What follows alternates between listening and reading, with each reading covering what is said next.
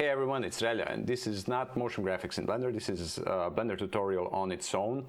I'm gonna try and make this today. Now, this is largely inspired by an awesome YouTube channel called Kurzgesagt in a nutshell. I hope I pronounced that correctly. Now, this is one of my favorite YouTube channels dealing with topics like science, futurism, society. And they have these awesome animations that I really like, and I'm super jealous that they can make something that looking that great. I know for a fact that they're using After Effects, but by stalking their animators online, I found that they were using Blender a little bit. I don't know for what, probably some additional elements that were easier to do in 3D. But that got me thinking, like, how much of this could I replicate in Blender? And the reason I'm doing this is because it's a fun project, and I found that I learned more about Blender the more I push it to the limits, to the limits of what it was designed to do. So this is this kind of illustration 2D style, and I'm gonna now dig in and try to create an animation that looks just like this. All right, so how do we start planning this scene? We can just go in and try anything and see how it sticks. So I need a plan, and what I noticed is that many animators and 3D artists fail to break from their usual 3D routine when dealing in 2D looking projects. As 3D animators, we're used to everything being done automatically by Blender for us. So usually what they do is when they need kind of illustrated look, they just add a BSDF, any principled or diffuse BSDF shader, then shader to RGB node, and then a color ramp that controls kind of this cell shaded look. So it's still definitely your typical 3D scene, just with a kind of a filter on top of it. This is not going to work for a scene like the one we're planning, because it's obviously just 3D, right? And it just comes from this place where you don't want to do a lot of manual work. You want to set up everything the way you usually set things up. Just put your assets in the scene, put some lights, materials, animate it, and then let the program do everything for you. Now, this is not going to work for this, so we need to plan this scene thoroughly. So I'm going to be using some stuff here. I'm going to be using additive material. Let me just delete this extra material. So here we have an example of additive material. Why is it additive? Because when I select it, it uses the add shader, and it's combining the RGB input node and transparent BSDF. It's set to alpha blend under blend mode, and there's no shadow on it. Why is it additive? Because the more of these objects I add to the scene, the brighter it becomes. Did you see that? So very useful for this type of work. On the other end of that spectrum is your typical semi-transparent mix shader node, which again gives a semi-transparent material as long as this is set to alpha blend. But when I keep adding it, it just caps out at its maximum 100% opacity. It doesn't really add to the scene. It doesn't add any more value to color. And if I just plug in this RGB node directly to surface output, you get your typical shadeless material, like we used to have in Blender 2.79. So yeah, a lot of people will use emissive shader, like shader emission, and use that instead when they want a single color in their scene. But that has this strength value, and that can maybe mess with your scene, give you some unwanted bloom where you don't want it. This, in my opinion, RGB node directly to material output surface is your true shadeless material, just a single color in your scene, nothing else. So if you mix it with transparency, then you have your like semi-transparent thing, and you can control the transparency through this slider of factor. But also, one thing to notice, the difference between your mixed material and your additive material is when you take this down to black, it's still black, right? Semi-transparent black. You can have it like this. But in your additive material, there's no slider like this, and you control transparency through what is this value, right? Through color value. So when you take it down, it becomes completely transparent. There's no black additive material, and this is kind of important once you get used to working with this, because it really gives you like a nice effect to your scene. Now I have bloom turned on here, so obviously it glows a little bit. The next thing I'm going to be using is gradients. You can see an example of gradients here. These are two cylinders, one inside the other. So I'll be using a lot of this setup like texture coordinate, then mapping, gradient texture, and color ramp. So I'll be making a group out of this later on, so I don't have to set it up every single time I want to create new material with a gradient on it. And then it multiplies on top of this color, so you can change this color whichever way you want. And using additive shader is gonna combine it with transparency again with alpha blend set to on. And the final thing here are these capsules. Now, emulating that Kurzgesagt video style, I know they'll use a lot of this shape. Now, this shape is horrible for animation. If I go to edit mode, you can see the shape here. So if I want to stretch it out, you can see it totally losing its shape. It's totally deformed in a very bad way. I can also, if I want to animate it along the curve, also this is going to be a problem. So yeah, I can add multiple subdivisions here so it can deform well, but these end hemispheres are going to deform very badly once I start doing that.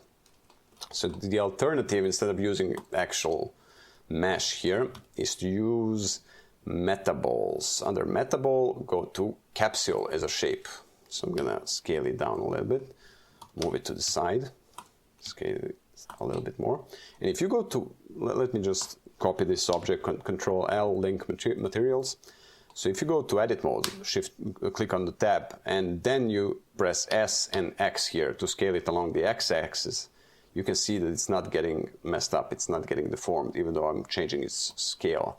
And I can just duplicate it, move it along the X-axis, scale it again along the X-axis, duplicate it again, and you know, you get where I'm going with this. So much easier to do this with metaballs, and it gives a nice geometry that you can sometimes deform, but sometimes you can't. So that's another thing. And the last thing is potentially a use of grease pencil. Here we have a grease pencil example. Grease pencil is something that's relatively new to me, as well as it is to many Blender users. Now, the good thing about it is that it already has this rounded off corners, and you can do a lot of cool stuff with it, but it's also very limiting in many ways. Well, like I can set it to be additive, so if I add another one, it's going to have that additive effect. Or I can control its stroke thickness, and I can make that stroke, where is it? Hold on. It can be thinner with perspective, but it can also maintain like screen space thickness, so it's always the same thickness. So that's cool for this 2D style of an animation. So you might want to use that, or stick with your world space. The only problem with screen space is that as you move away while you're working, it gets really messed up to keep track of all the individual stroke thickness. So I stick to world space. Okay, and you can even animate this in a nice way. Like if you go to modifiers, I already added to build modifier. One is set to grow, another is set to fade, and then if you play this animation, sorry, I disabled them. You can even have this interesting effect.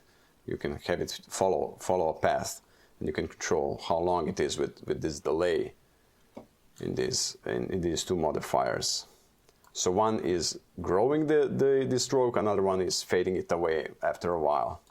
So something that you might want to use for this type of animation, and we'll see where we're going to use. Somewhere we're going to use metaballs, we're going to use grease pencil as well. Maybe I'm going to use actual mesh as well.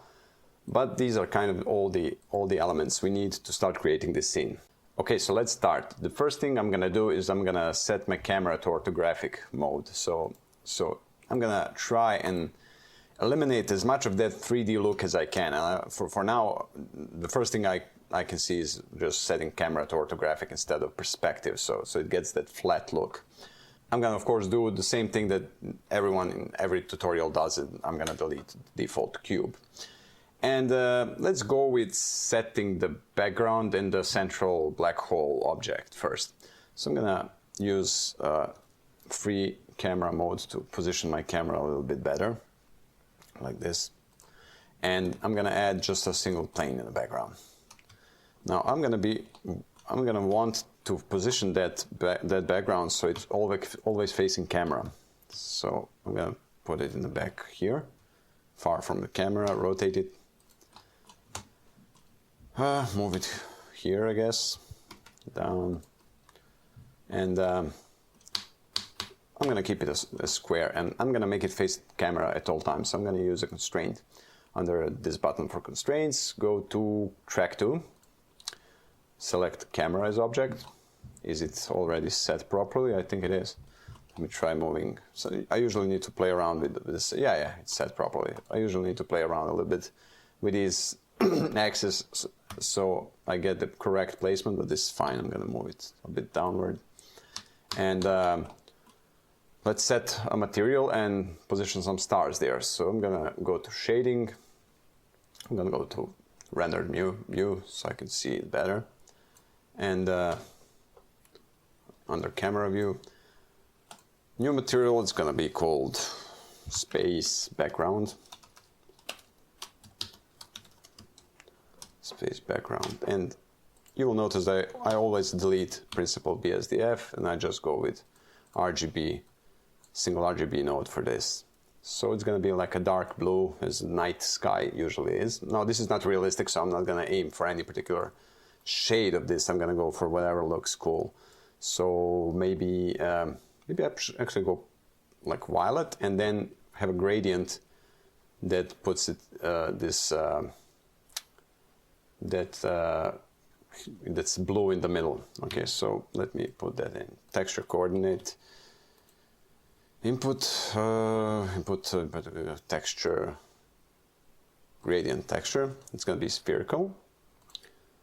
Now if I plug this directly to surface, you can see that spherical map is usually mapped from this corner. It's usually from this corner, but this is probably rotated plane in a different direction, so it starts here.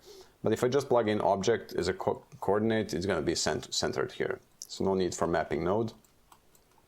And I'm gonna use this to combine these two colors, or I can actually use your typical color ramp. Delete this and go. What did I choose? Like purple, dark violet here, and kind of a blue-ish color in the middle. Now this is a bit too far from the corners like this. I'm going to use B-spline to have the much softer transition there, even more to the center. Okay, so this is going to be covered mostly by the black hole, so I'm going to have this. I'm probably going to fine-tune this later when I have more objects in the scene. Maybe like this. Okay, let's go with ease, but no, B-spline. Cool, now let's populate this with stars. So I'm gonna make some stars in mesh, icosphere. I'm gonna make this icosphere really low resolution, so just one subdivision. I'm gonna add it right away to new collection by pressing M, and collection is gonna be called stars, just stars. Okay, so now this icosphere is in this stars collection. I'm gonna add a few more. Okay, so and I'm gonna be hiding this collection later on, so I'm just gonna put that here. Create new material. Again, it's gonna be shadeless. Input RGB. Let's have one blue star. Let's have another one. Let's copy that material. Control L, link materials. So here I'm gonna, let's name them properly. This is gonna be star 1. This one is gonna be a new material based on that one called star 2. And this one, again, new material, star 3. Let's go with a purple one. And I'm not even sure if I need another color, but let's try it. No, I'm gonna just stick to these two, and I'm gonna see how they work. So I'm gonna disable this whole stars collection. I'm gonna focus on our background here. I'm gonna add a particle system here. under velocity, I'm going to set it to 0. Field weights, under field weights, I don't want them to fall down, so 0 for gravity. And let's see what happens. Okay, so they're populating. I want them all to be fully formed at frame 1, so I'm going to start with frame 0 and at frame 1. And I'm going to pick much less, like 50 stars, no, more. 100, more. 200. Okay, so for under render, we're going to select render as collection, and I'm going to select our stars collection. So here are our stars, they're just too small, so I'm going to increase their size. I'm going to disable overlay so I can see it better. So important thing is scale randomness, so it's not this boring single looking star. Maybe I'm going to need another color of a star. I'm going to change that later on. So maybe more, 250. Okay, I'm going to stick with that. So just for now, I'm going to leave this as it is, and I might want to fine-tune it later on. I'm just going to change a little bit the colors of these stars. So maybe this purple one is not ideal. Something like this. Maybe less saturation. Okay, this looks fine. I'm going to disable it again. And now we have our star field in the background. We might easily add more stars or less stars, we're going to see. So I'm going to turn on the overlay again. So this is where our cursor is. And I'm going to add, so for the central black hole, I'm thinking, should I use like a sphere or not? Because I want to add lines on top of it, and I want those lines to be fairly 2D. I don't want them to deform under perspective. So instead of a sphere, I'm going to actually use a circle, a flat circle that's going to be pointing to the camera. So let me delete that. I didn't set the resolution. So circle, and under these settings, I'm going to go to 64 to have more vertices here. In edit mode, I'm going to fill it, pressing F, so we have a surface here. I'm going to set a new material right away. So black hole, white. So this is going to be the brightest layer of it. Delete this, input RGB, and let's keep it white, actually, as I called it white. So I'm under edit mode, I'm going to duplicate this, scale it a little bit down, move it a little bit up, and I'm going to add a new material and assign it to, so sorry, I'm going to go back, reassign this first material, add a new material slot. I'm going to add this new material I created. It's going to be orange or yellow, orange. So I'm going to assign it to this new face here. It's going to be like this orange yellow version, and I'm going to do that again, copy it. This is going to be our central blackness. So another slot, I'm going to add this orange material and make a new copy of it. It's going to be black. So black, and assign it and change it to actually black. So we have like something like this. I might want to add more. Maybe I don't want this to be actually white. It's bright. Let's just call it bright, and it might be a little bit yellow, but I'll see later on. And this might be a little bit more red. Something like this. Okay, so now I have our central object. Obviously it's very flat, so flat Earth people are going to be happy right now. But everything in space is spherical, so we're going to be just pointing this directly to the camera, the same way we pointed that plane. So under constraints, track to, camera, and it's facing the wrong direction. So instead of -z, I'm going to go with z and scale it up a little bit. Okay, so whichever way our camera moves, these two are going to follow it. But we're not going to move our camera. So ideally, I'm going to bring this a little bit closer, so we don't have it leaving the sight as soon as we move the camera a little bit. So obviously if you want to move camera a lot here, you need a much bigger background and maybe curved background or spherical one. But I'm not going to be doing that here. I just need this background steady as it is. So next thing, I'm going to add like a, what do you call it? Accretion disk for a black hole. So I'm just going to lay the foundation of this accretion disk. So again, polygon under mesh, I will create a circle. And it's going to be like this. And I'm going to press under edit mode, while with all these vertices selected, I'm going to press E to extrude and S to scale. And so let's decide on this size of the accretion disk. Let's go with this. Let's make this smaller, and I'm going to make even black hole a little bit smaller. Okay, and I'm going to separate this into 3 segments, just because I decided to have that look. Like I want it brighter. I wanted to change colors as we move further away from the black hole. So this is going to be another additive material, or I'm going to decide, maybe it's going to be mixed. Let's see how it looks. I don't know how to spell this. Disk, accretion disk.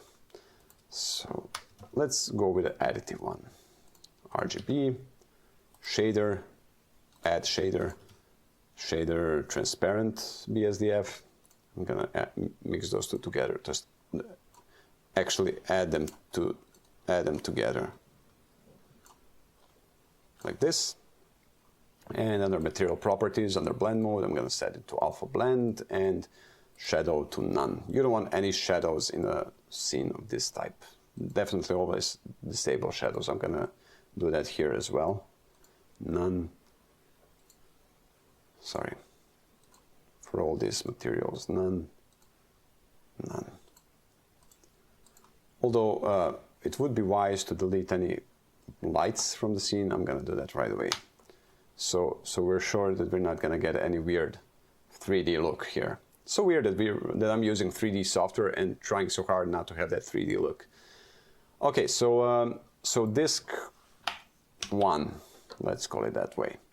Disk 1, let's make this, well, it's close to the core, so it should be bright yellow. Something like this. And then if I go to face selection mode, hold Alt and select the entire face loop here. I'm gonna add a new material slot, use that disk 1, make a copy of it. Disk 2, so disk 2 is gonna assign it, sorry.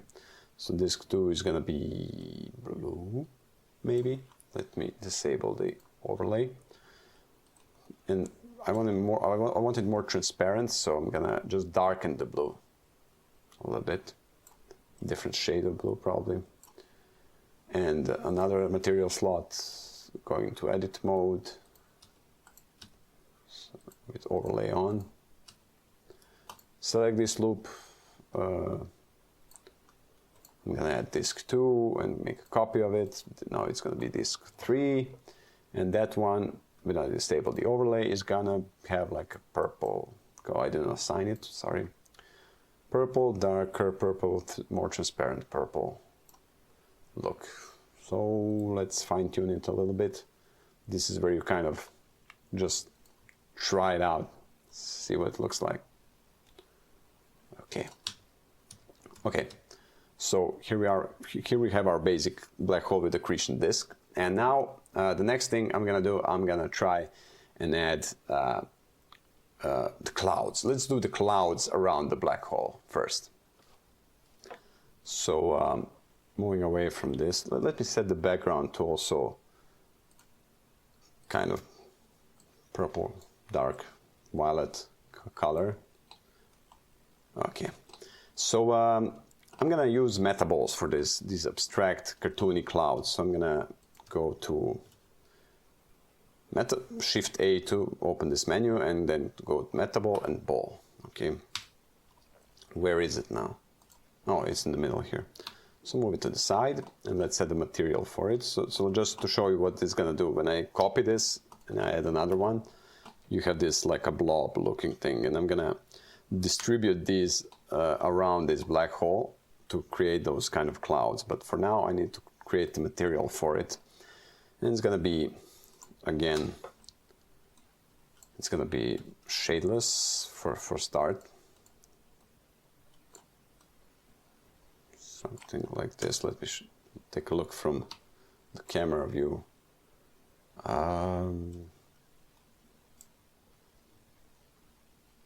Yeah, I'm gonna go with this probably. The good thing is I can change this at any point later on.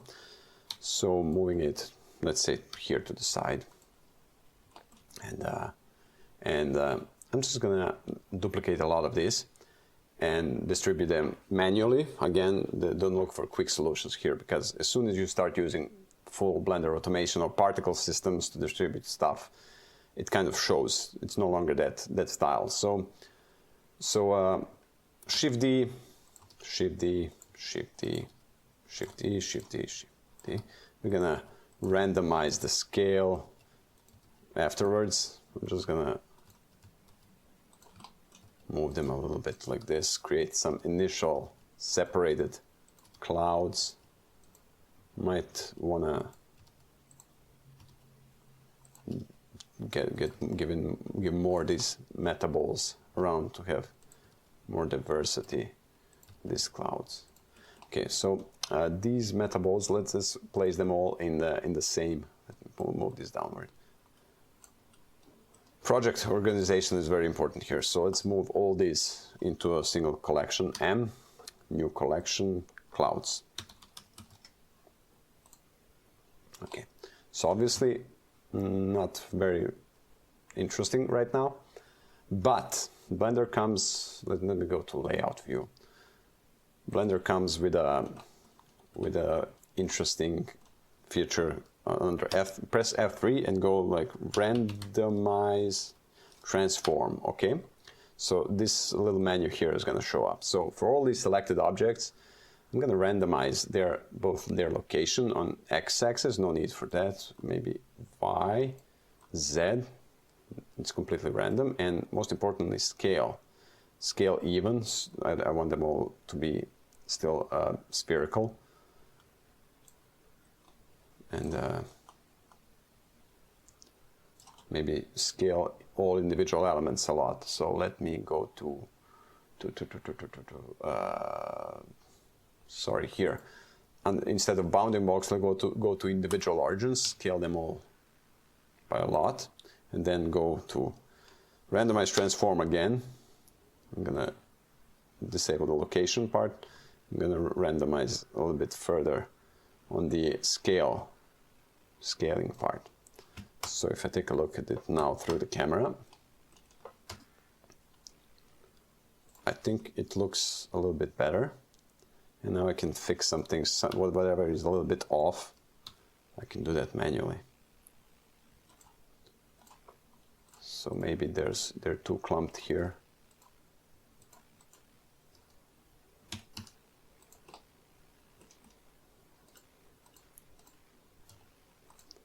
This is the part where you have to have patience and do a lot of things manually. So let's stick with this for now. And I'm gonna want them animated. I want them to slowly circle this. So because they're in the same collection, I can just click on the clouds collection here and go select objects. And I'm gonna add a central empty object. Let's give it something unique like cube. So I know this is for the nebula. And it's still in the cloud selection. So with all these objects selected and the empty selected last, Control P, parent to object. And now I'm gonna rotate this object slowly. Now the fastest way to rotate the object in your scene, if you don't want to mess with keyframes, just go to its transform properties, and under Z, this is the value that I'm gonna be rotating. Click here, hashtag frame /200, for example. Now this is gonna create a driver. It's important to start with a hashtag. Now it's disappeared, but hashtag, it tells this field that this is going to be a driver. So it's going to take a frame number and divide it by 200. So if it's moving slowly. If you want it even slower, you increase this number, so 500. And now it's slowly moving around, okay? And it's gonna be doing that forever. And so this might be a good moment to set the project duration, like how long do I want this animation to last. Let's go with just something like 140, okay? Control end key, and I've set the end frame to 140. So we're gonna set all of our elements, like these particles disappeared, so that's why it's important to set the duration early on. So for the particles, I'm gonna set the lifetime to at least 140. Let's go 200. Okay, so they should be there. They're not, but let me see if they're gonna be here. Yeah. So let's just bake that so we don't have to worry about it. So they're there in the background. Okay. Now I'm gonna add a bloom to the scene a little bit, so it looks a little bit better. And now I want to take this nebula material and I want to add a gradient to it. So I'm gonna go back to shading, and I'm gonna add this material texture coordinate node. Actually, let's go to where did I use the gradient? Yeah, for the background. So I have this and this. Oh, never mind. I thought it was much more complex. So let's set this up. Texture coordinate, then shader, no, texture, gradient, texture. Plug that in. I'm going to plug object coordinates, so it's going to take a center of these objects. And for metaballs, it's a little bit weird. You're going to notice as you start working with it, it treats it's just like a single object, even though all of these are separate and can be moved around. As long as the name of the first metaball is mball, all these subsequent metaballs are same object. If you want a separate metaball system, you need to create a copy of this and rename it to anything else, basically, and then copy, duplicate it, and it's going to be a separate thing. Weird, but what you're going to do, that's how it works. So I don't want this flat like this, I want a gradient on it. So color, mix RGB. I'm going to combine these two colors. I'm going to add this one here and this one here, and I'm going to use multiply to darken it. So am I going to use additive here? No, I'm going to use solid object. I'm just going to have a gradient. It's not going to fade or anything. I'm just going to add this. I'm going to multiply this color ramp that I'm going to add here, like color ramp. And now when I plug this in, I see nothing. Oh, here it is. Here's the source. The first metaball is here. So I'm going to want to use mapping, converter, no. Mapping, I never know where it is, and I want to rotate it by 90 degrees like this by y-axis. And now having this first metaball as a source for this texture coordinate, all of these are starting darker at the bottom and brighter on the top. So that's a nice 2D look to it. So I can move this around, but I'm gonna actually increase this. And I want to scale this up a little bit, but if you scale one size, others don't change, so I'm going to need a single value there. So input value, and if I plug this in, they're going to scale uniformly all these. So I need a larger gradient, so it's more gradual, but I also want to move it by x-axis downward. Now, because it's rotated on y-axis, now I'm moving it by x-axis, it moves up and down. So, as I mentioned, it's smart to make a group out of this setup, so you don't need to set this up every time you need a gradient. Now, I don't know if I'm going to be using that much of these gradients here, but I'm going to set it up in a array. So what's going to be always in the scene? This, texture coordinate, and I'm going to unplug this value. I'm going to set it later. So this texture coordinate mapping, gradient, texture, color ramp, and maybe multiply mode. No, just this, and I'm going to group it. Okay, so now we have this group that should control our gradient, but we need some values from the outside. Okay, so let's set the group input, and inputs are going to be first is going to be like x offset. So I want this to control the offset of the x value, so I can easily adjust it. But if I just plug this in, it's going to set all the values to that. So I don't want that. I want to combine x, y, z, and I want to plug this value just to the x value and keep these at 0. So I'm going to use this here, and if we go out of this, and now with this node group that I'm going to name gradient, I'm going to name it gradient. So with this node group, I can easily control this without going into all those nodes inside. I also want to control the y-axis rotation, but also other rotations. So I'm going to just click here, and it's going to allow me to have all these, because for some situations I'm going to have to change the x rotation or whatever, and I want a single value for this scale. So it's going to be another single value scale. I'm going to add that here. So it's going to control all of these. So now it's 0. So if I increase it to something like 1, it's the larger the value, the sharper the gradient. So sticking to something lower, 0.5, and offset downward, I can now easily control this gradient, and it looks a bit 2D. Cool. Now you can see a little bit of jagged edges here. So under metaball settings, when you have your metaball selected, you can go under metaball select, under render, you can set it to something very low, 0.1. But for preview, because we don't have too many of them, I'm going to go with 0.2. So it's going to be a little bit smoother, but not too stressing for our CPU and GPU actually. So we have our 2D nebula circling around our black hole. So I might actually want to add a little bit more of these. So I'm going to do that right away. Scale these down, because this front side is going to be visible. And here,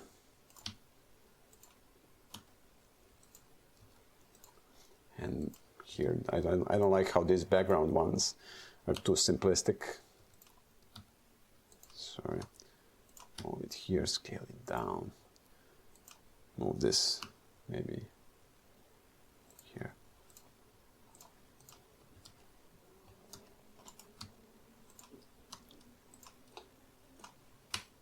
So there we go. Okay, save. So the next thing are going to be those lines that we're going to have circling around the accretion disk. Okay, so for that I decided to use grease pencil, and I'm gonna tell you why. But in order to have this grease pencil behave the way I want it, I need to first create curves and then copy it to other objects. So I'm gonna create a curve that's gonna be a circle, and I want under curve settings, let me go to layout, no need to be in the shading mode. I'm gonna scale it up. Under its curve settings, I'm gonna increase the resolution to something like at least 32. And if I go in, I see these lines, and now I'm gonna convert it to grease pencil.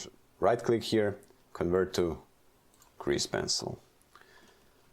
Now we have these layers that I don't want to get into. You can do interesting stuff with that. If you need to create more curves, at one point I created a particle system, converted it to curves, and had many curves. As long as they're curves and converted to grease pencil, they're going to share the same layer, and you're going to be able to set the same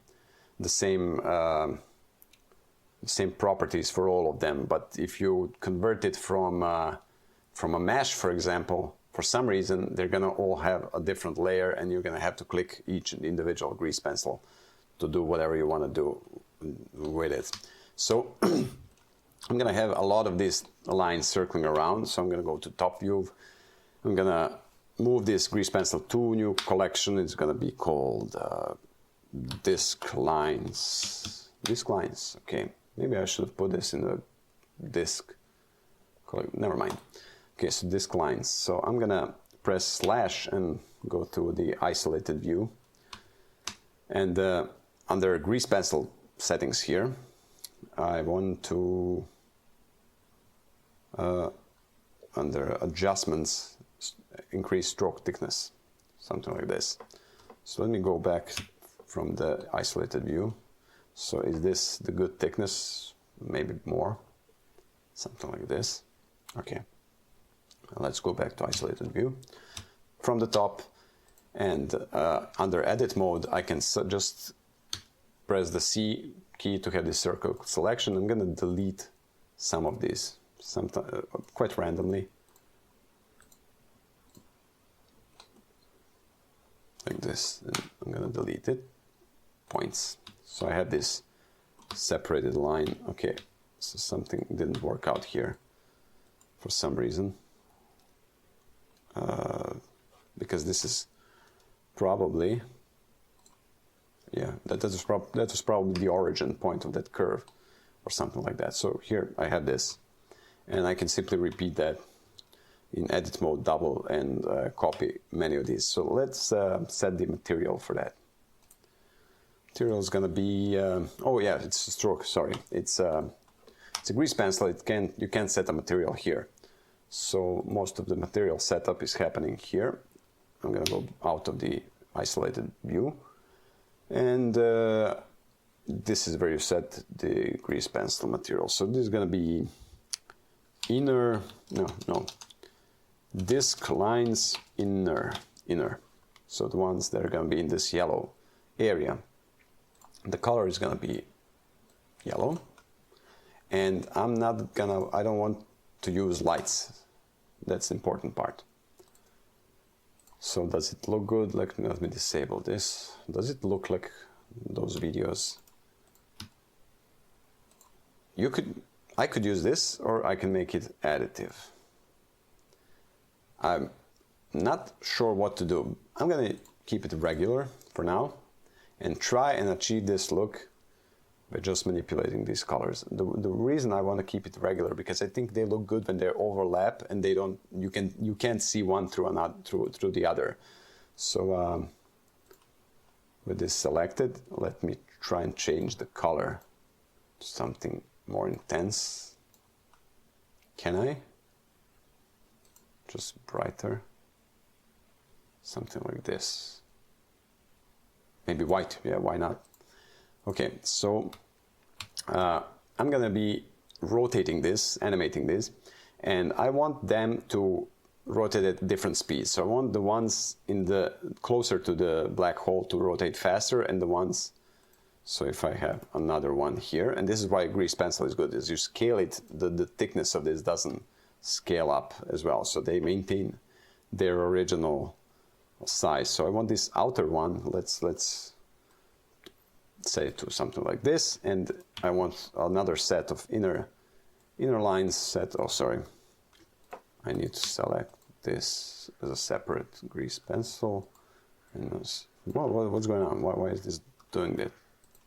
Why is it changing? I need this overlay. So this one, oh, because they're sharing the same material. So stupid me. Let's say it like this. This other one will have a new material. It's going to be called middle. Let's set it to blue. And this one is going to be outer. Outer set to something purple. Okay. So just an early preview of what we're going to be doing. So yeah. Now, because I want them to move at different speeds, now I can do that same trick. I can let's start with the fastest moving one here in the center. I'm trying to see what we can see the best. Like, I'm gonna stick to render view. So this one, the central one, let's set its rotation speed. Something like frame slash 100. That's too slow. Slash 10. I think that might be fine. Oh, another thing about grease pencil, because I added them at this frame, they don't exist prior to this frame 78. So the way to fix that is go to 2D animation, and there's a keyframe here. Just select all of these and move them back to the beginning. And now they exist. Back to our layout. So is it too fast? I don't think. Let's call this our maximum speed for these rotating elements. Oh, I didn't add these two. I didn't move the keyframes for these two, but never mind. They were just placeholders. I'm gonna delete them because I'm gonna want to copy this one. And how am I gonna do this in the quickest way? So the solution that I found was to add a custom property that I'm going to be able to control from this menu here. So under grease pencil, under custom properties, I click add, and I'm going to edit that value. It's going to be speed, and it's going to be soft limit. No reason for, let's go. No reason for maximum value, but let's go with 50 or something like that. And I'm going to call it OK. Now I'm going to shift click here, copy as a new driver, and here I'm gonna paste it as a driver, paste driver. So for some reason, so now it's just one. Okay, so if I open the driver, where is open drivers editor, and I go here, now it says like speed, and it's taking this custom property called speed, and value is 1 as it's set here. So I'm gonna do the same thing I did earlier. Instead of average value, I'm going to go to scripted expression, and I'm going to set it to frame slash speed. So with this, changing this value, I can decide how fast I want it to move. Update dependencies, and now with the speed set to 1, it's moving real fast because it's frame slash 1. So we need higher value like 50. So just so that I don't end up regretting setting this value to cap to 50, I'm gonna set it to more, like 200. Okay, even more, 1,000. So now I can control how fast this is moving, and I'm gonna decrease this value and speed it up. Decrease even more, so I can see how fast it's moving. And for some reason it broke when I hit 0, like 20. Why doesn't it work now? Open drivers editor. Well, I messed something up when I hit 0. Some kind of division by 0 probably error. So let's set it up again. Copy as a new driver, paste driver, open drivers editor. It's gonna be scripted expression.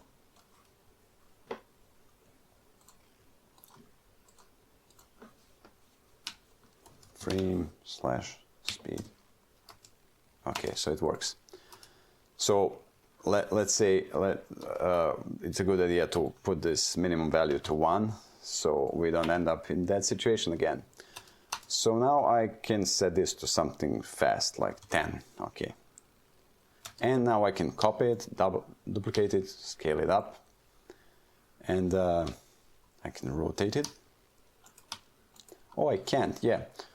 Good point. I actually need to copy this in edit mode because rotation is now controlled by this Z factor. So I'm gonna copy this regularly, duplicate it, scale it up, and in edit mode, I'm gonna rotate this, but around the 3D cursor to get a little bit of diverse distribution of these elements. And now the next one, I'm gonna set it to, I don't know, 12. So it's a little bit slower, maybe more, like 15. And then copy, scale it up, edit mode, rotate around the z-axis, increase it even more, 20. Duplicate, scale it up, maybe 23. And in edit mode, rotate around z-axis. And what do we have? Let's see. I think this one is too much, so I'm gonna just move this one outwards and this one outwards as well. From the top view, we can definitely see that there's a difference in the rotation speed. So maybe have this even less, like 12.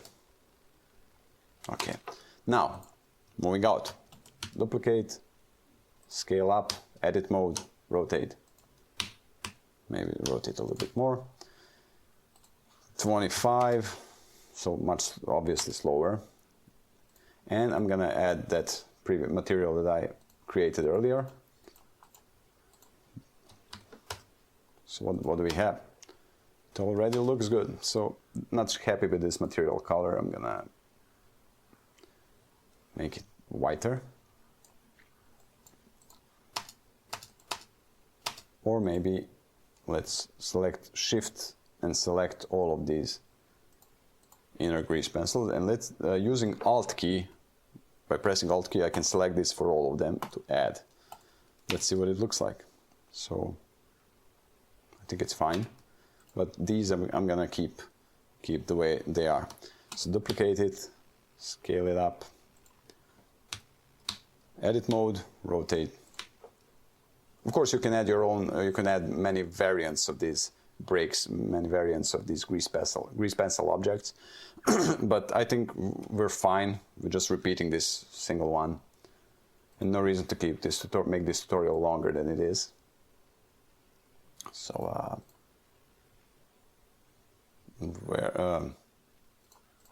under here, I'm gonna increase the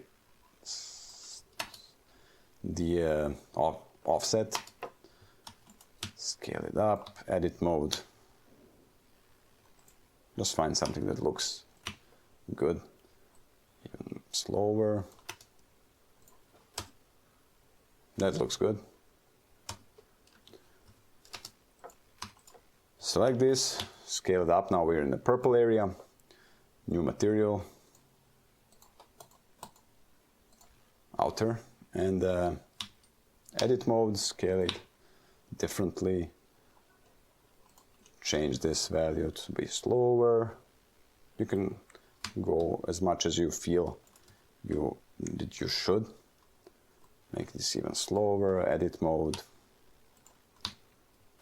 duplicate. The last layer, much slower, edit mode, rotate. And let's see where we are. Cool. Let's disable this overlay. So I think we're getting somewhere. Okay.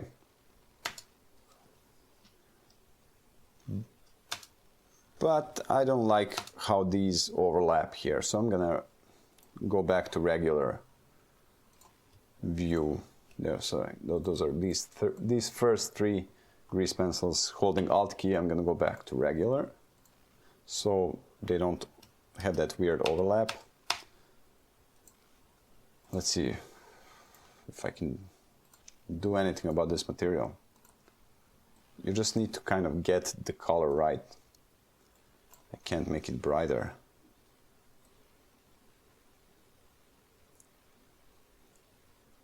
Okay, let's keep it this way.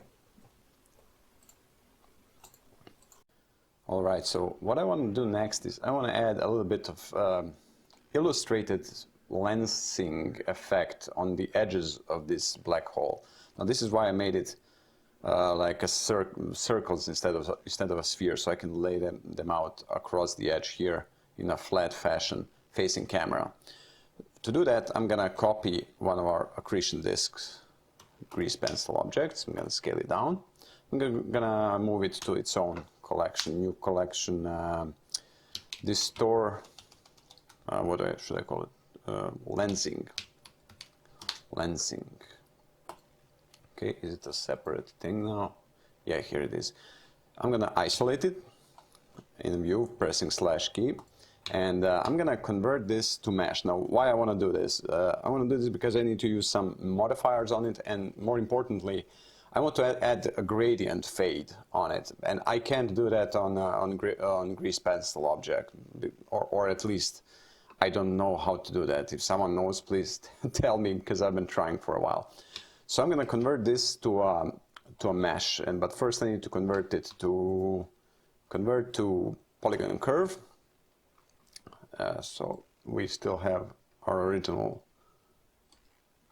grease pencil object, and I'm going to delete it, and now I have this just polygon curve. For some reason it's in the clouds, so I'm going to move it to, sorry, I'm going to have to remove it from local view, move that to lensing, and go to local view. I keep calling it isolated, but it's called local view.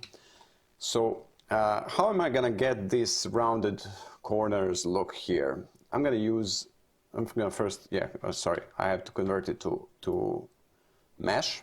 So now it's mesh objects. Let's call it lensing 1. And I'm going to add a skin modifier.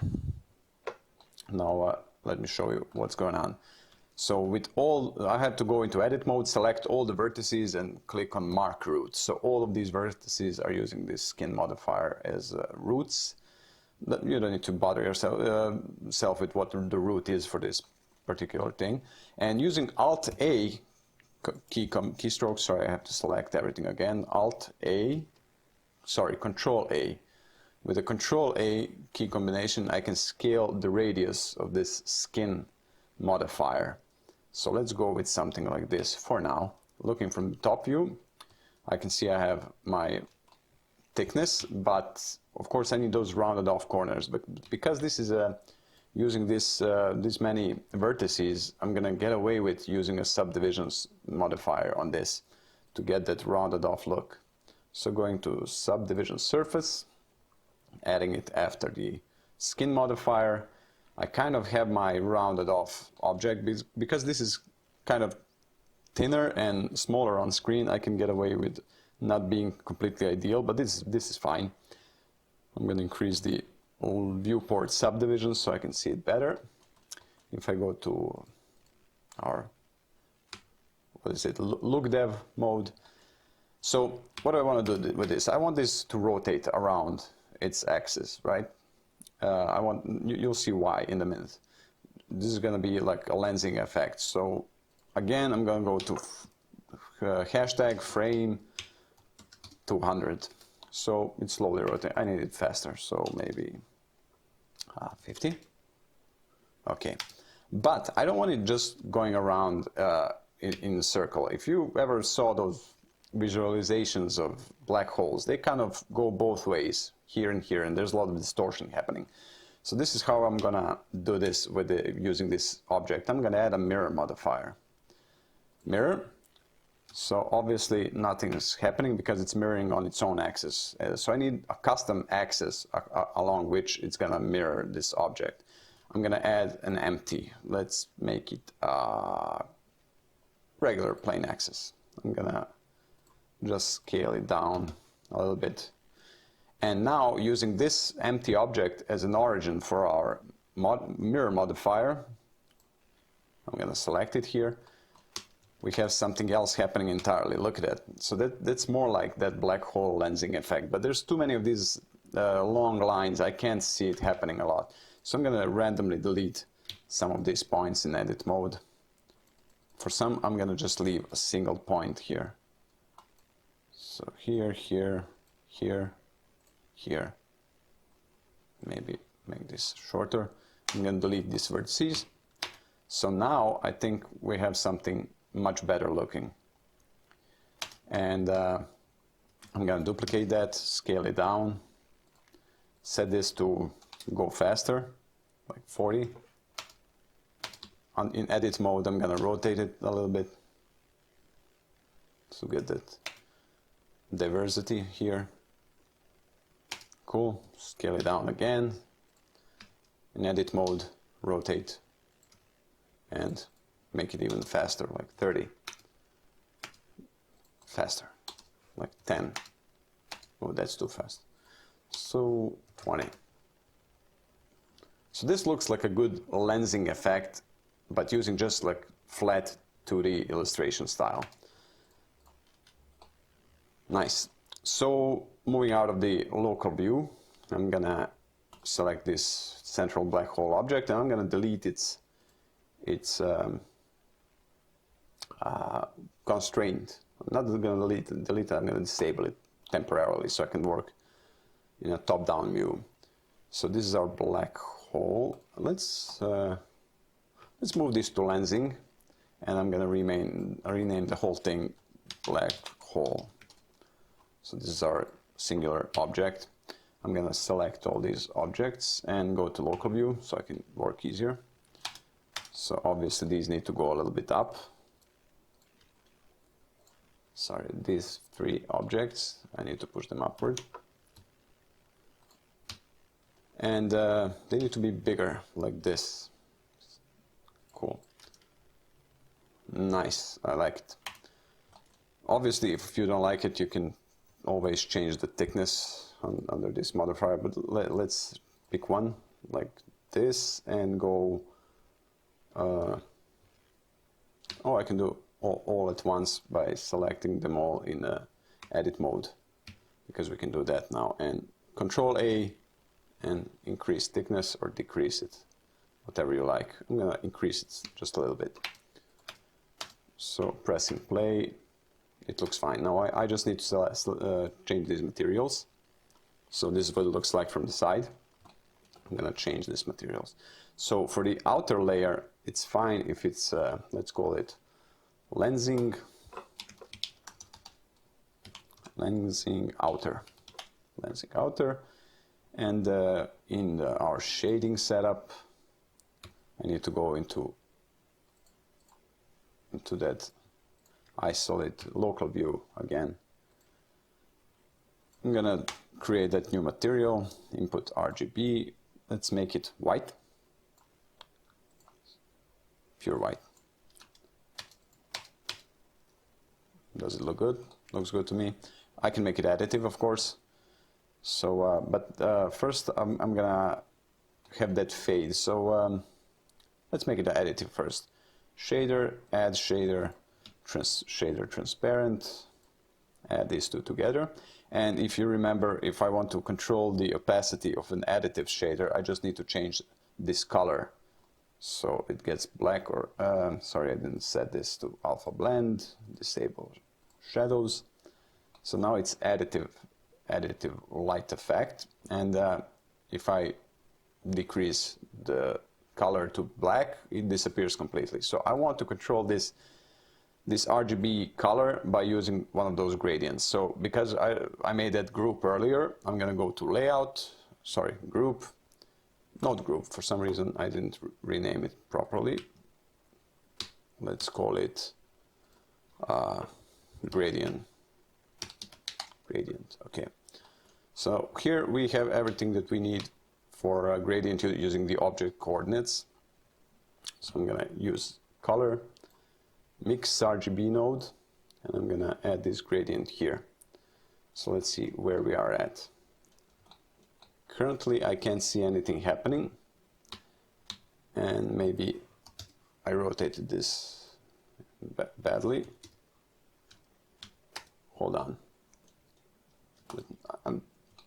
So I enable the node Wrangler add-on so I can easily preview this output. So it's currently entirely black.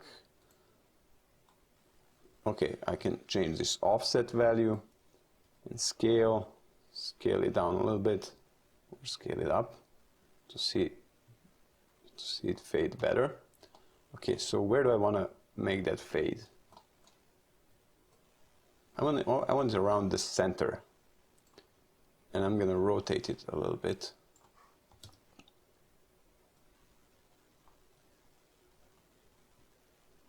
So you can't easily see this, but I'm going to scale the gradient all the way up so I can see the point of separation easier. X. I'm going to put the X value at 0 and this at 90. No, 90 is not right. This is where I rotated on the Z axis. Sorry, got lost there in the for a moment. So with X axis like 45%, I think.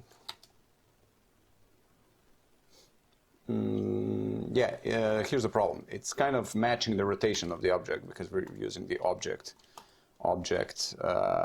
coordinate system. So under here, I'm gonna make a duplicate of this node group, and instead of that, I'm gonna use an object, some other object, and that's gonna be that central empty that I added here, that I just can't find now. Where did I put it? It's kind of in a different group. So this smaller empty, I'm gonna move it to black hole so I don't lose it again. Select all the objects in the black hole, go to slash to go to isolated view, and in our material rendered preview, under this material, I'm gonna select it, go to this group, and use that empty number 2, right? Empty 2 as a source of this object location. And since that one is not being rotated in any way, it's going to be a good point for us to have that gradual fade. So let's see where we are at now. So now, as you look at these objects, they kind of fade in and out. So 45% rotation, that's not going to cut it. Maybe 0, 90, actually 90. This is the correct one. So 90 degrees, we have white here and black here, and it's independent of the rotation of all of these objects. So because I want them to be opaque at the poles and fade out kind of in the middle, I'm gonna add another color ramp here, and I'm just gonna control it like this, so it's black on the edges and white in the middle. So obviously I got it wrong, so I have to have it black in the middle. Sorry. Black in the middle and white on the edges.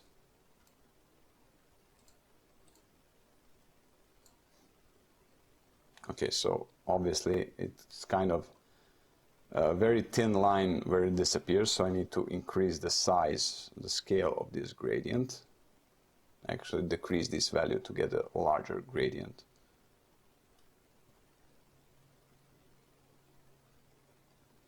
Okay, and now I have to offset it a little bit. And I think this is kind of it. I just need to make this this completely faded out area a little bit thicker in the middle. So they start out with full opacity, and then they kind of completely fade out somewhere around the middle. So if I now look at the final material,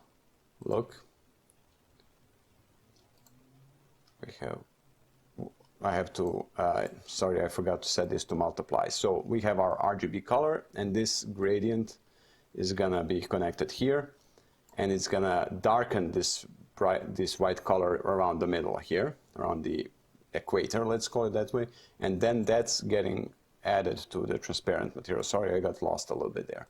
And now they're kind of fading away, as you can see it here, and fading in as well. So I think that's gonna work out fine. I'm gonna copy that material. I'm gonna stop the animation. So I'm gonna copy that material to this next to, with our outer object selected. I'm gonna press Control link materials, so you can see that. But I don't want these inner materials to be white. I want them to be like yellow. So this one will have a new material, inner, lensing inner, and this one is gonna have it as well. So I'm just gonna change the color of this to something like yellow. And I think that's it. I have my 2D lensing effect. So now I want all of this to be facing camera. So I'm gonna select this empty lensing, all of these, and parent it to this circle object. Control P. I make sure that the circle object is the last one selected. Control P object.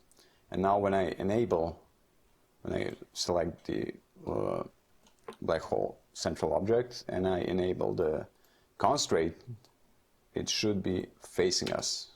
And I'm right. Cool. So obviously I can just play with this. I can have that gradient even more pronounced, but I'm gonna keep it like this for now. Okay, let me step out of that isolated local view. Does it look okay? It looks fine to me. Maybe I want these to be more pronounced at the edges, so they don't show any actual overlap here. That's fine.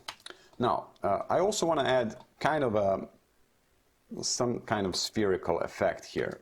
I don't have to, but I want to try and do that. So I'm going to add mesh, icosphere, increase that resolution to something like 5 maybe. I'm going to scale it up to engulf the whole black hole.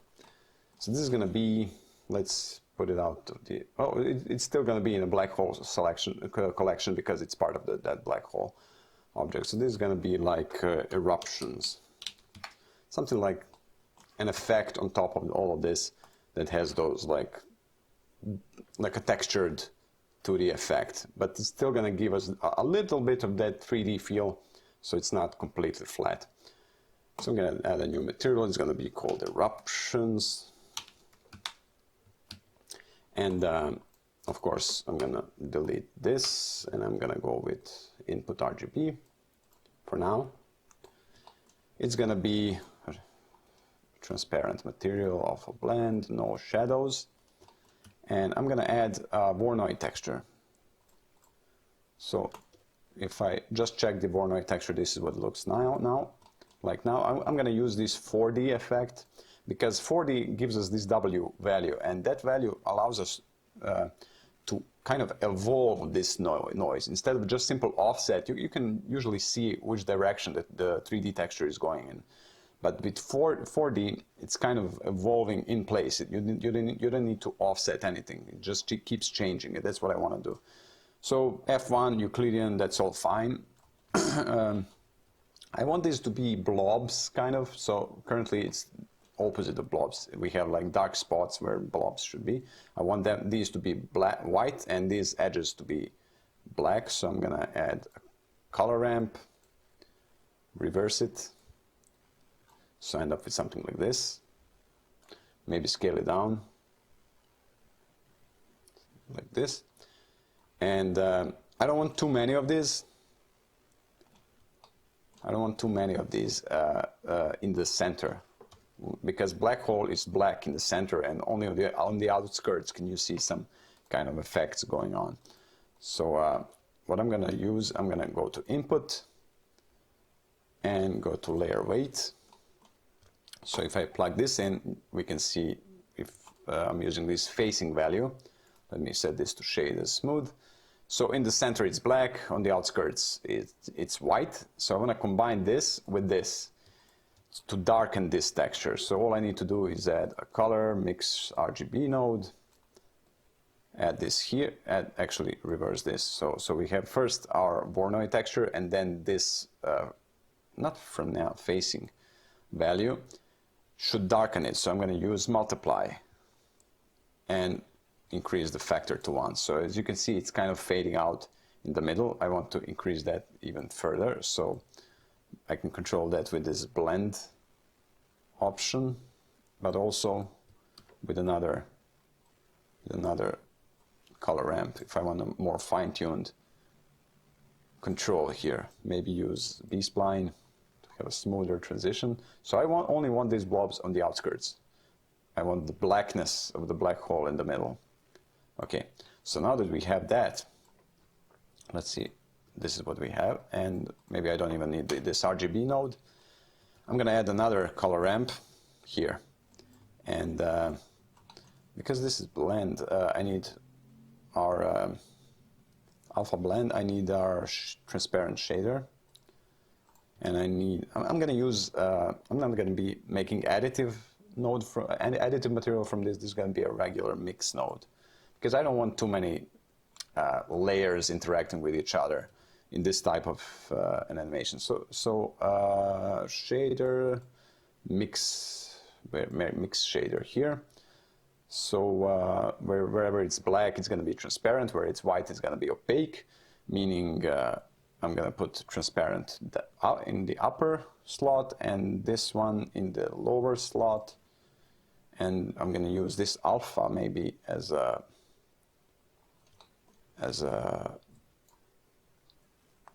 factor, and for that I'm gonna have to select this. No, sorry, forget what I said. Let's do this later on. Let's first add that another color ramp. So I'm gonna set this to constant because we want that cartoon style, and this is what happens when I decrease this. I have to go all the way here. Have to zoom in to get the look that I want. And I'm going to add another one. And let's make this one like this. This one is going to be yellow. Something like yellow. And another one is going to be like red. Orange, something. So we already have something going on here, and for this black I'm gonna select the color and decrease the alpha, so it's gonna be a transparent black. So I can use this alpha as a factor, and when I plug this in here I have what I wanted. So I have these spots happening here, and it's weird that it changes in 3D view as I rotate around it, but from camera perspective it's not changing that much. So I'm gonna animate this W property the way as I said earlier. So frame, let's try 20. That's too much. That's too fast. Let's go 500. Too slow. 300. Now this is fine for me.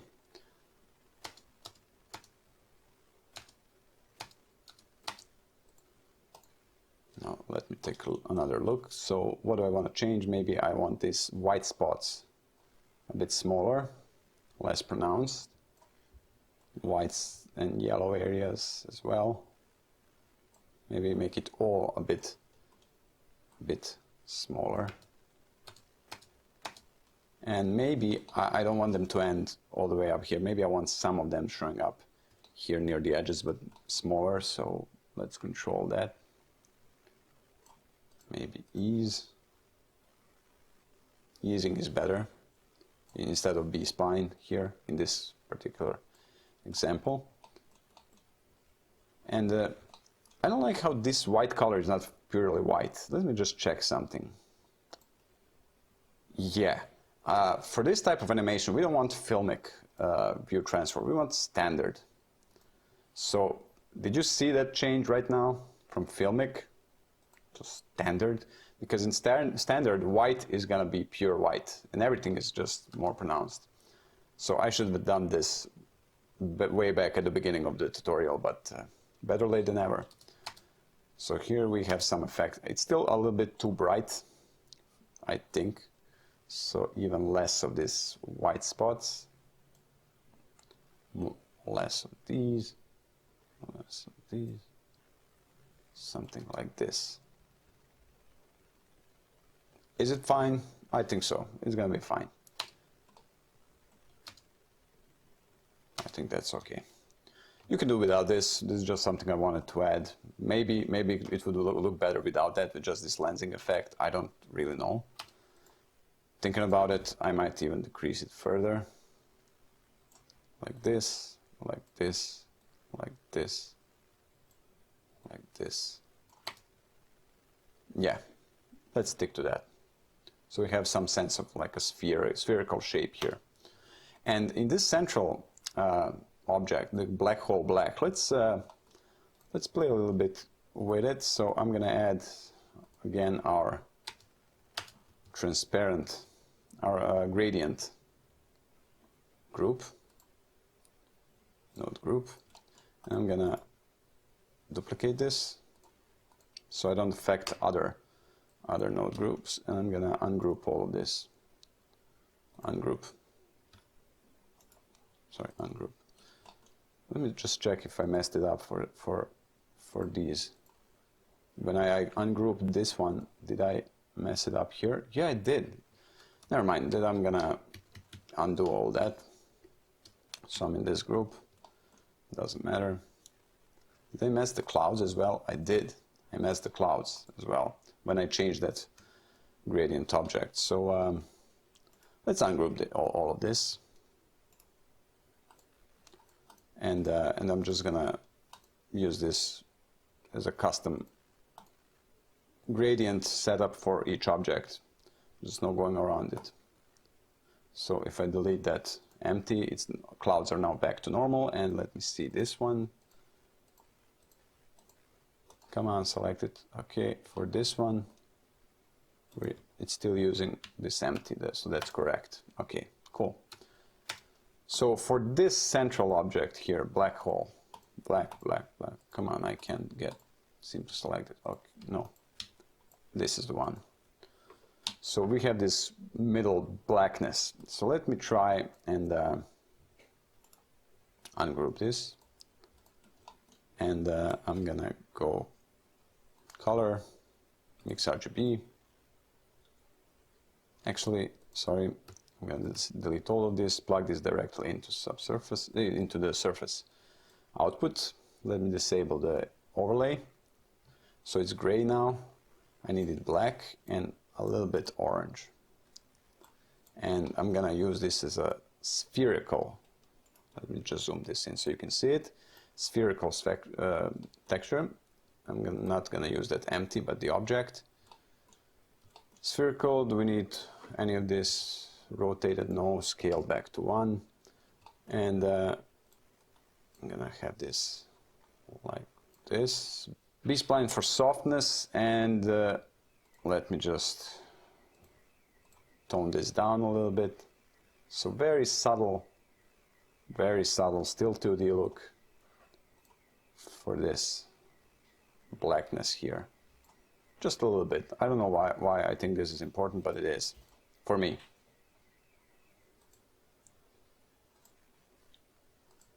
B-spline, sorry, I didn't set it properly. So select this B-spline and maybe increase this a tiny little bit, and that's it.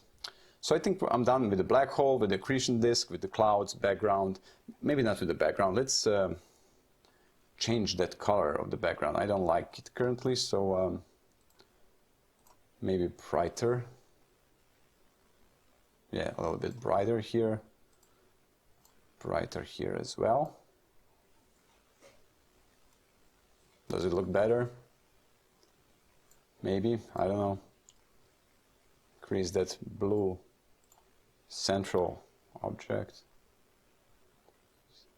Reposition. Where are all the stars? Oh, they need. Oh yeah, I rendered out the cache, so I need to render it out again. Delete bake and bake again. Bake again. And here it is. Cool. Okay, so the last thing for this project is I want to add those what do you call them, plasma jets? Yeah, plasma jets. Now from my limited knowledge of astronomy, astrophysics actually, I know neutron stars have them, pulsars and stuff like that, but I think black holes have them as well. In certain conditions, they can fire jets of plasma up and down. So I'm going to add that as well, just to kind of complete this with various, complete this tutorial with various approaches to these problems. So again, I'm going to use a separate collection and a local view to create an asset. I'm going to create one of these jets and I'm going to instance it on top and bottom. So let's create, first let's create a cone on which to create the shape of these jets. And looking from the camera, I might want to move the camera away, and instead of moving it away, I'm gonna, because it's an orthographic camera, I need to change the orthographic scale, so maybe a little bit more like this, so I can see a little bit more of those jets up and down. And I'm gonna maybe move camera downwards.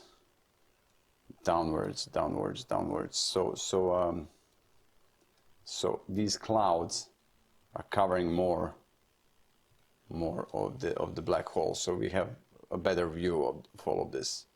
Center it here. This again didn't get updated. Why? I guess every time I move the camera, this plane is repositioned a little bit, rotated actually, so the cached particles are not updated. So I'm going to permanently delete this cache, and every time I play through, they're just going to be regenerated again, but they aren't for some reason. Let me just run through again. Will you update? No. So then, in that case, just bake it. Okay. So let's try not to move camera any more than I already moved it. So back in the center of the scene, we never really changed the cursor. It's always in the center throughout this tutorial. So I'm going to add a cone. Cone like this. Actually, sorry, cylinder, because I need the exit on the bottom part. So a cylinder like this. Now that I have an object, I'm going to move it to its own collection. It's going to be jet. Just jet. And I'm going to go to local view, render view. Okay, I don't have a light source, so I'm going to go back to look dev, and I'm going to delete top and bottom faces. Deleted vertices, delete faces. And I'm going to select these bottom vertices, scale them down. I'm going to go back to bounding box as an origin for transforms. So scale this down. Scale this down as well. Just use Alt key to select this loop, scale it even more. And in the side view, I'm going to select everything, move it upward.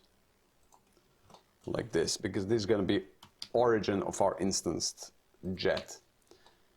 So I'm going to create that material now. Again, I have to select the jet. Where is the jet? Jet cylinder. Go to isolated view. It's too bad that I have to change the rendering or viewport mode every time I switch to a different layout, but what you're gonna do. So is it selected at all? Okay, now it is. So it's gonna be a jet cone. And again, I'm gonna add that group for gradient, but I'm gonna ungroup it immediately so I don't end up messing other stuff. So I have this setup again. I know there's a way to create a different group that doesn't affect the others, but I forgot how to do that now. So I'm gonna go with this. It's gonna be linear, and origin is gonna be this object. So let's plug this in, and it's already kind of set up the way I want it. So origin is here, where the object origin is. I'm just gonna change the scale. Let's input value to change all of these together. So yeah, something like this. And I will reverse this color ramp so it starts opaque and fades out. Scale it down so the black is ending here. And now I'm gonna add shader and add transparent shader. And under material properties, I'm gonna set this to alpha blend, no shadows, and we already have our fade here. So obviously I can take this color and change it to whatever. It's gonna be something like blue. But because I don't want this completely opaque, or maybe I want, but for now it looks like too intense, I'm gonna fade it out. Just darken this blue. And I'm gonna, because we're gonna have this curve to the side, I'm gonna add more loop cuts here by Control L when you're in edit mode. And by selecting everything, Shift D, duplicate, scale it along Z-axis by clicking Shift Z. And I'm scaling it along the Y and X axis while excluding the Z axis with Shift Z. So something like this. So we have like one inside of the other. This gives me that nice look. Let's go to the render view. I think that's fine for now. So this is going to be our kind of base of our jet, but we're going to have those, again, those lines going through here. So I'm going to try and use the metaball solution. No, I'm going to use the same thing with a mesh and skin and subdivision modifier. So I just need a single line here, so I'm going to add a plane and delete these two vertices. So I have basically mesh with just a line, it's invisible. I'm going to go here, select these two. The top view, move them down. Sorry, I can't seem to narrow this X. Okay, holding Control, I'm gonna snap it to the center. So this is our object. I'm just gonna keep it horizontal like this until I set it up. So scale it further and subdivide, subdivision, many subdivisions, then subdivide again, something like this. So we have many vertices here, so I'm gonna add that skin modifier, select all dots, mark root. So yeah, that's it. It's kind of not visible enough in that render view. Mark root, and with all the dots selected, Control A, I'm just gonna scale it down by a lot, something like this. And I'm gonna delete some random dots in the top view. Maybe I can select everything and use press F3 and press select, just type random, and there's select random. So I'm gonna use the action to deselect on random, and you can change this random seed to see what you like. And sorry, before I do that, I'm gonna make a copy of this. So I have many variants of it. Copy 1, copy 2, so three in total. So I'm gonna go here, select random, and do I like it? Let me select everything again.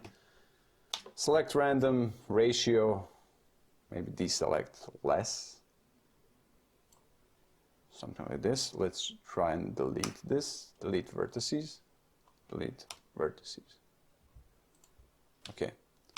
So I ended up with a weird looking thing, mark root. Is it good? No, I'm gonna undo everything. So I need to select a little bit less. Select everything, select random. I need to deselect by a lot.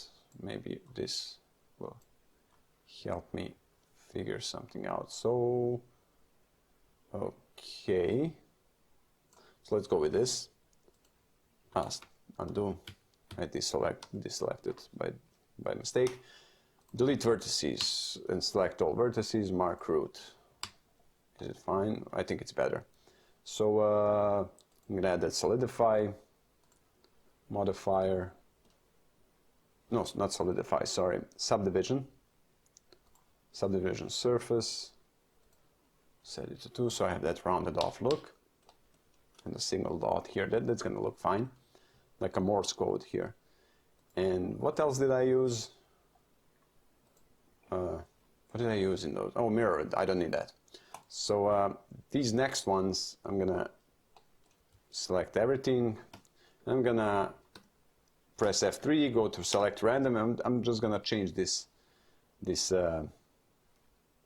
random seed, so I end up with a different, same ratio but different amount of selection. So again, select everything, mark root. I'm gonna click here, link modifiers, so I copy modifiers so everything is identical. And on this one, select everything, go to select random, pick some other random seed. This looks fine. Delete vertices, select everything, mark root, and select this, copy, Control L, copy modifiers. And now we have 3 different lines here, and these are gonna be going through this jet cone. So because I'm gonna curve this, I'm gonna use 3 separate curves to curve these lines along those paths. Because if I use one to curve everything, these lines are gonna start thin and widen as they move apart. They're gonna deform a little bit. So I want each of them to have their own curve along which they're gonna curve, and I'm gonna use the central one to curve this cone as well. So let me just set the material properly. What's it gonna be? Is it gonna be similar to those? It's gonna be a new material. So jet lines. Just quickly, I'm gonna quickly make additive material. Input RGB. Sorry, I misclicked. Input RGB. Input shader. Additive shader, add shader, and shader, transparent. Add these 2 together. Let's say the color is going to be something like brighter blue, cyan, something like that. And we'll change that later. Plug this to surface, and under material properties, blend mode to alpha blend, no shadow, already looking good. And I'm gonna select this one, this one, this one, link materials, so they're all the same material, and now I'm gonna create those curves. So with my cursor here where it is, I'm gonna go to curve arc. Okay. And how many sides do we want? More? We need it simpler, something like this maybe. It's gonna be, I don't know if this remembered my last input, but this looks fine to me. Maybe an angle, end angle, 45.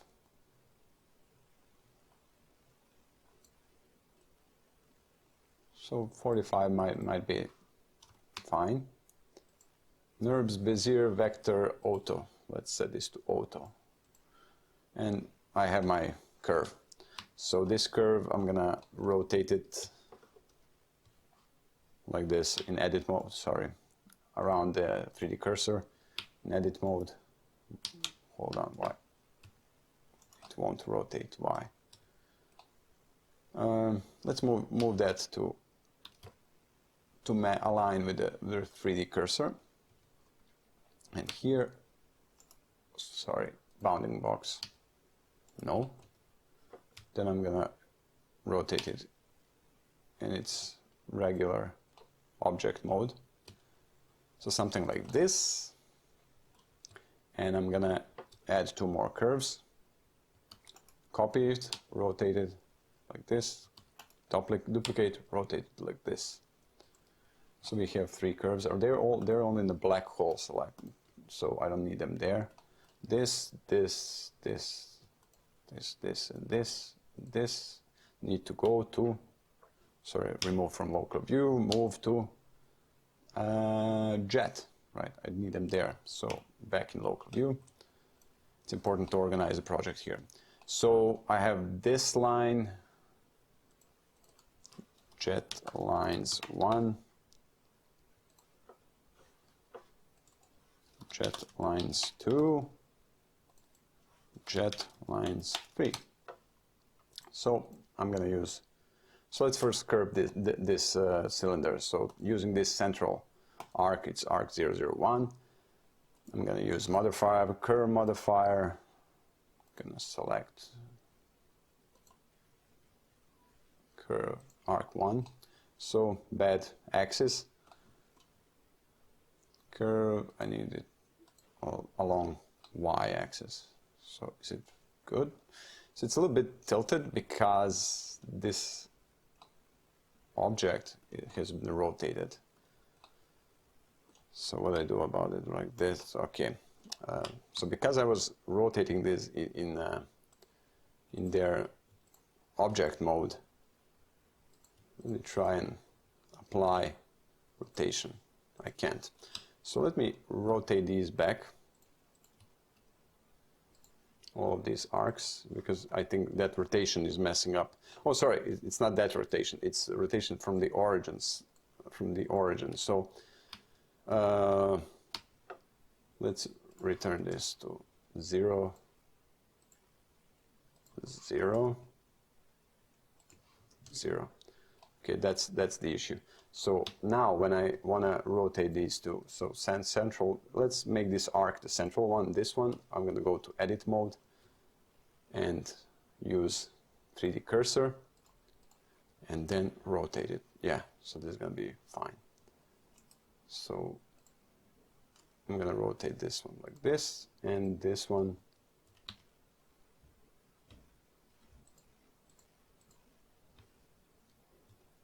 a little bit like this, and I'm going to change this to arc, single arc. So the arc is our central one. So now it's rotated properly, and now I need these to follow through as well. So I'm going to add the modifier. It has a skin subdivision, and then I'm going to add the curve. Although I can add the curve on the top of this stack, so all these skinning and subdivision is happening afterward. So the object for this one is going to be arc, and it's already set up properly.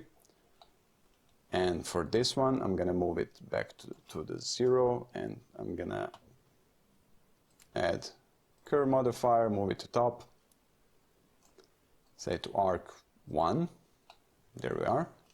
And this one, I'm going to move it to the center, and add the curve modifier, move it upward, and use the remaining curve. Okay, and now if we animate this, so let me go to layout. Oh, god damn it. So where's our jet objects? Hold the jet objects, isolate. So if we move these along x-axis, they're gonna do that. They're doing exactly what I wanted them to do. So they're going to fan out from the center here. But because our animation is how many frames long, I want them to start already kind of going to move here. So this is where they're going to be at the start. So I'm going to add a keyframe for location. And at the end, move them along the x-axis, and by the end they're going to be like here, so location. And this is what it's going to look like, and that looks fine to me. Fine. Speed is fine, distribution is fine, all good. And now this entire jet, I'm going to disable it, and I'm going to leave our local view, go to camera view, and I'm gonna Shift A, collection instance, jet. So here we have one jet, move it upward, here. Face it camera, I could use that constraint, but no need to complicate this further. Shift D to duplicate it, rotate it along,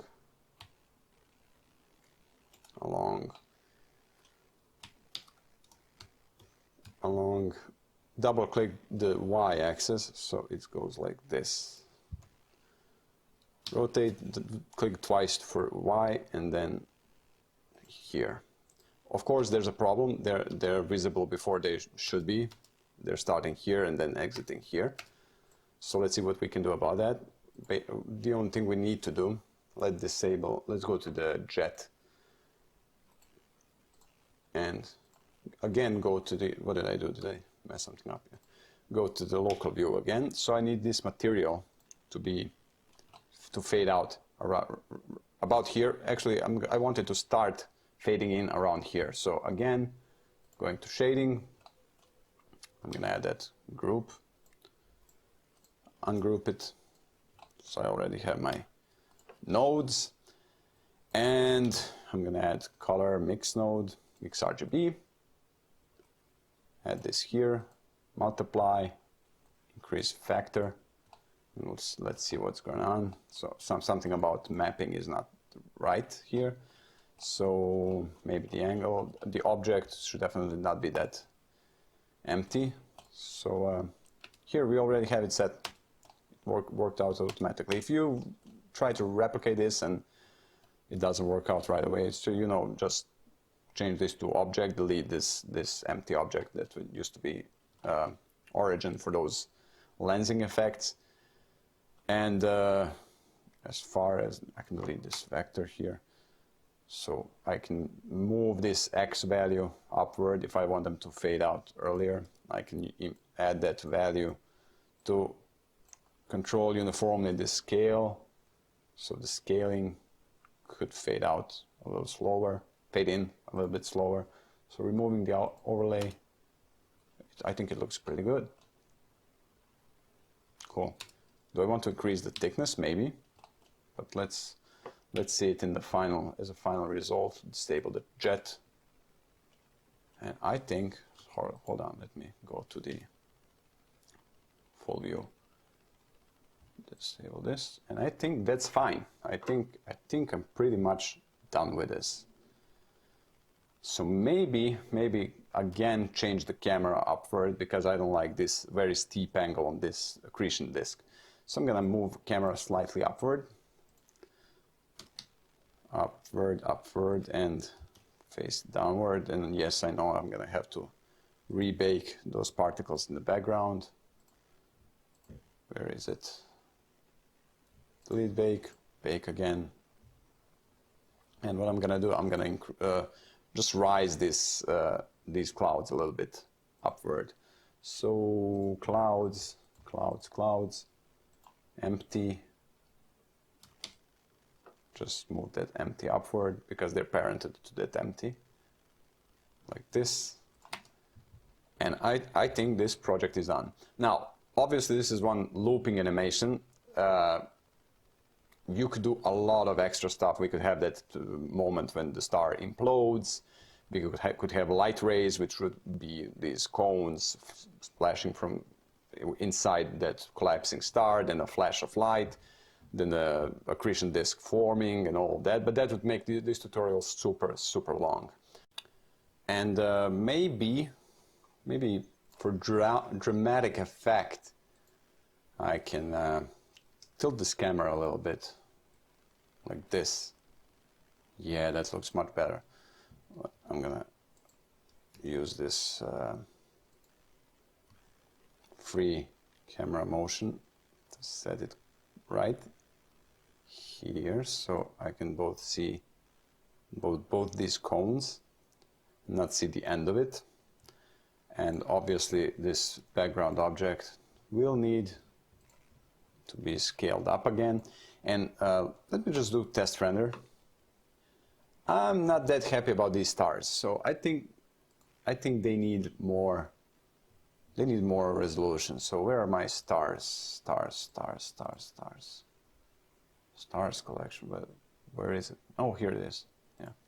So I'm gonna just press Control 2. Sorry, I was in edit mode. Control 2 and adding like subdivision modifier. So I'm gonna disable them again.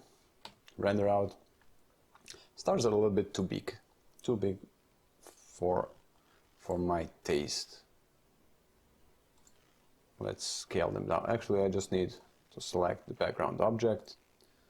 Let's delete bake, and under render, under scale them down a bit more. Is this my camera view? Yeah, it is.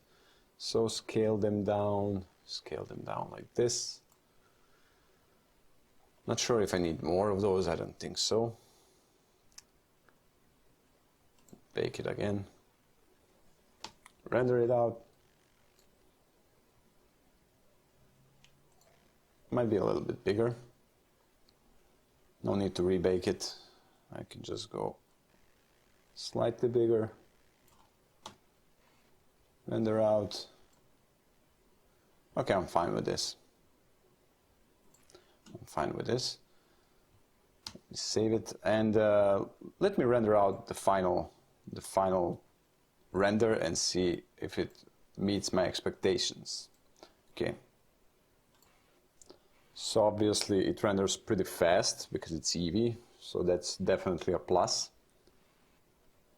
All right. So I'm pretty happy with this result.